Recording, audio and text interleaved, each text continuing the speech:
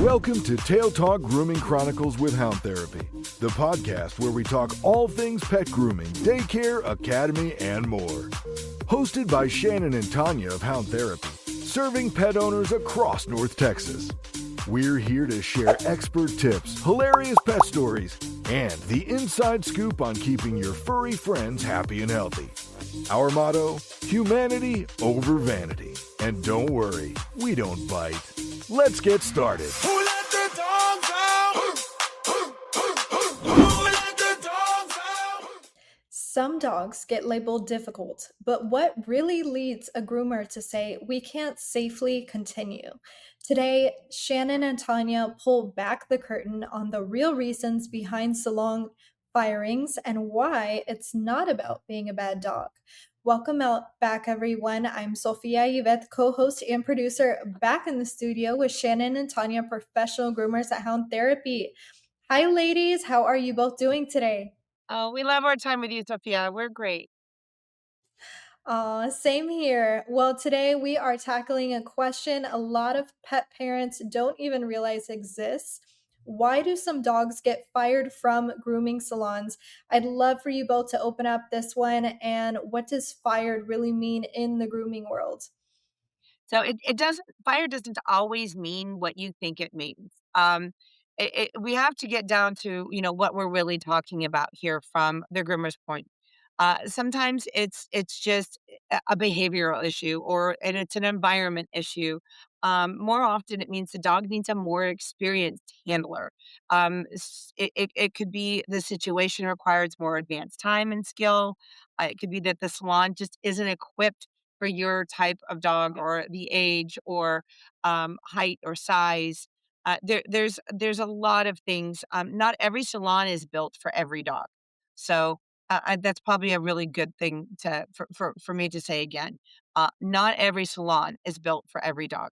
So you need to find the salon that's built for your dog. We need to make sure that whoever is handling a dog that has got special needs, that is elderly, that it's maybe labeled aggressive, or it does some things that people are if it makes a person nervous to do your dog, they're not going to be a good fit for your dog. That dog can feel the nerves. 100%.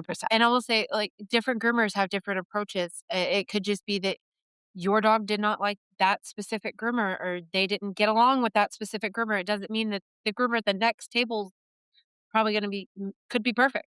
Yeah. So it's sometimes it's the person, and sometimes it's the shop, or it's the environment. Sometimes it's the weather. Yeah. Let's talk about. Oh my goodness. This week has been terrible. It's rained all day, and it's rained all week here. So we've had a lot of dogs that have really been acting uncharacteristically than their norm. They're not Even today. behaving normally. Yeah. And they've been kept up. They can't go outside. They come in with wet, muddy paws.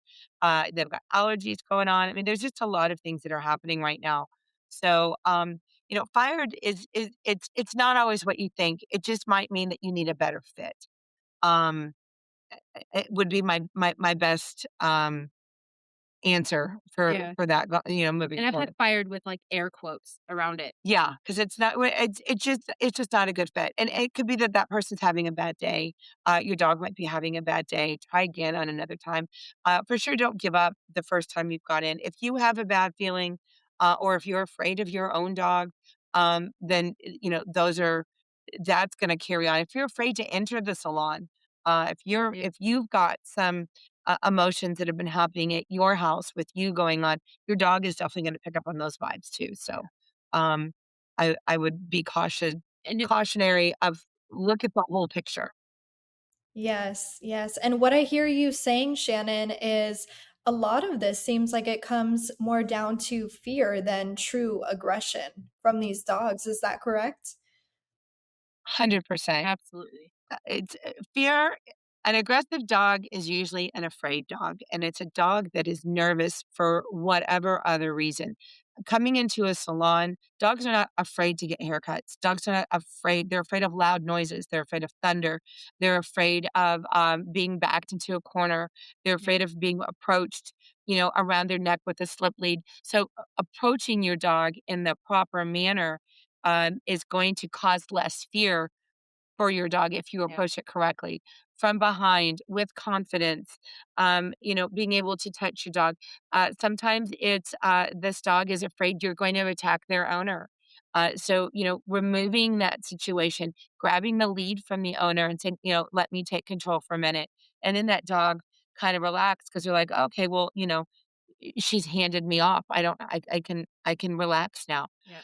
There's a lot of reasons that dogs are seeming to be aggressive or labeled aggressive. And it's our job to kind of figure out what's causing that. How do we alleviate that for them? How are we able to put that person at ease? It's no different than Yeah. going in for surgery and having that one nurse come into you and being like, you know what? I do these all the Yeah. time. You're gonna It be kind of fine. calms you. It's my first surgery, but it's her, 1,000. 100. So that's kind of that's our Yeah. spin that we're putting on it. It's not our first time. It might be your first time, and it might be your dog's first time, whether it's Mhm. here or for grooming in general. But they're usually a lot of ways to approach that, and that takes more time. It takes a salon that has the dedication to do that. It takes a well versed groomer or person who wants to.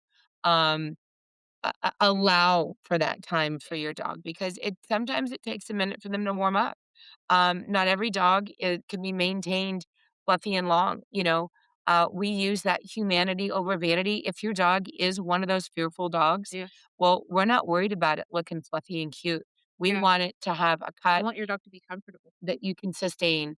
Uh, and groom on a regular basis without them being so afraid every single time they come. So we're going to take some steps and some precautions to let's limit the fear, right? This Yeah. isn't fear factor. We're not trying to win a game show. We definitely want to introduce fear in a nice healthy way and kind of face our fears versus um just And scare you to death. re and kind of redirect that fear into making it That something positive. that's a much better way of saying that. Uh, I got you. Working with anxious or reflective dogs, reactive is different than mean. Prioritizing low stress handling is something that we do. We're honest. We have realistic outcomes here. We did a dog today that I've been bit 4 times by the same dog, and In the same room. it's got I was one there eye. too, Got one eye, he can't hear. The one eye he does have, he doesn't see real wide, but he's got all his teeth and he's very, very strong. and he's very old, and he So doesn't mean to, he's just a little crazy. he's mean and he's strong. And the owner walks in, with him 3 feet in front of him, and because she knows he's mean, and nobody wants to get bit, but he bites everyone. But, I mean, he still has to be groomed for his own hygiene, so, I mean, The fact that he's still here at 18 and he's going strong, he's not giving it up. So we do a lot of those. But he's not fluffy. He was short. One holds the mouth down, somebody else holds the back feet, and we're giving him his eyes are matted, and the one eye he can, but kind it's of got to see out of, we've maybe. we've got to clean it up, and somebody's got to do it, and we don't mind it. It's something Yeah. that we feel is a necessity, and we try to approach it with good humor and a lightheartedness about it, and we're like, oh god, like it's that's Yeah. let's do Like, this. I know you wanna bite me, buddy. I know you want to, but can we not for just, like, 2 seconds, please? My final question is, what options do pet parents have if their dog is struggling in a traditional salon environment? First, I would be aware that if you know that, right, and if more than one person has told you this, if you're seeing a trend or a pattern, the problem is probably you and the dog versus not the groomer. So take that on, own it and be like, look, I may not have done the best job, or my dog is old. I do understand that Yeah, we need special needs. Recognize that you have a problem. That's number one. that's step 1. once you do that, find out what salon is going to be a good fit for you. Make some phone calls, say, hey, look, this is what other Yeah. groomers have said. This is what my vet has said. This is the realistic view of what I've got. This is what I'd like to have, but I'm willing to take, what I can get. And be thankful that there are people out there that are willing to do it, because we aren't the only No. ones.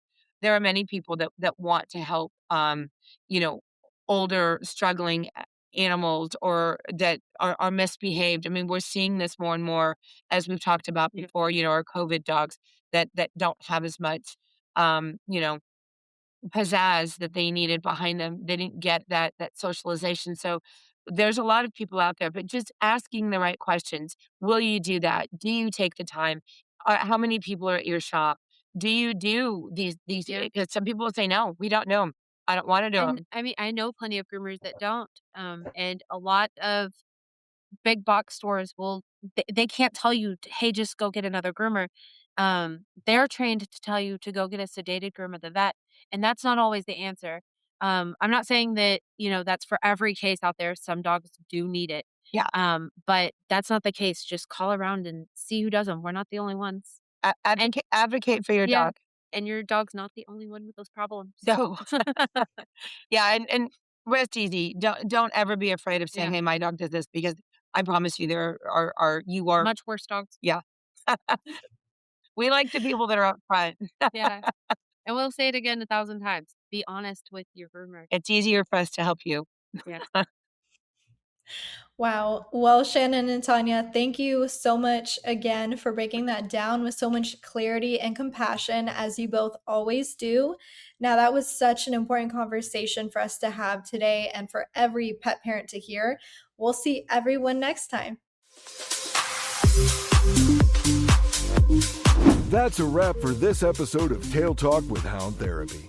Ready to book your pet's next groom, daycare stay, or grooming academy tour? Call us at 469-367-0009. That's 469-367-0009 to schedule an appointment. Or visit us online at www.houndtherapy.com. Serving North Texas with expert pet care. Until next time, keep those tails wagging.